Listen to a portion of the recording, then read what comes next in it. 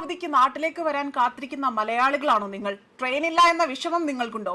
എന്നാൽ ഇനി അങ്ങനെ ഒരു വിഷമം വേണ്ട. കാരണം ഓണസമ്മാനമായി 100-ലധികം സ്പെഷ്യൽ ട്രെയിനുകളാണ് കേന്ദ്രം ഇപ്പോൾ അനുവദിച്ചിരിക്കുന്നത്. രാജ്യത്തിന്റെ വിവിധ ഭാഗങ്ങളിൽ ജോലി ചെയ്യുന്ന മലയാളികൾക്ക് വേണ്ടി സുരക്ഷിതമായും സൗകര്യപ്രദമായും നാട്ടിലേക്ക് എത്താൻ വിപുലമായ ക്രമീകരണമാണ് ഇന്ത്യൻ റെയിൽവേ ഒരുക്കിയിരിക്കുന്നത്.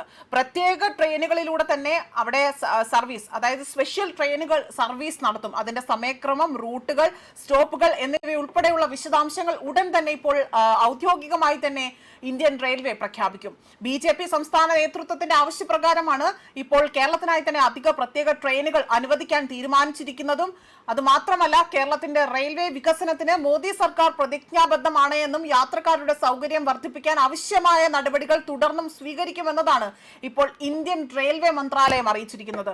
അതോടൊപ്പം തന്നെ റെയിൽവേ മന്ത്രി കൂടിയായ അശ്വിനി വൈഷ്ണവാണ് ഇക്കാര്യങ്ങളെ കുറിച്ച് അറിയിച്ചിരിക്കുന്നത്. അതായത് ഇത് മാത്രമല്ല, വേനൽക്കാലത്ത് ഈ വർഷം റെക്കോർഡും ഉയർത്തിക്കൊണ്ട് 15,000 സ്പെഷ്യൽ ട്രെയിനുകളാണ് സർവീസ് നടത്തിയത്.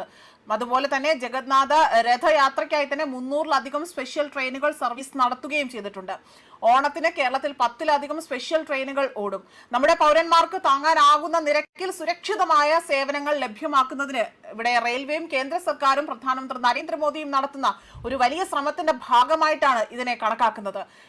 ഇക്കാര്യങ്ങളെല്ലാം തന്നെ മന്ത്രി ഇവിടെ വിവരിക്കുകയും ചെയ്തിട്ടുണ്ട്. കഴിഞ്ഞ 12 വർഷമായി തന്നെ റെയിൽവേയുടെ ആ ഒരു പരിവർത്തനത്തിനായുള്ള ശ്രമം നടക്കുകയാണ്. പ്രധാനമന്ത്രി നരേന്ദ്രമോദി റെയിൽവേക്ക് പ്രത്യേക ശ്രദ്ധയാണ് നൽകുന്നത്.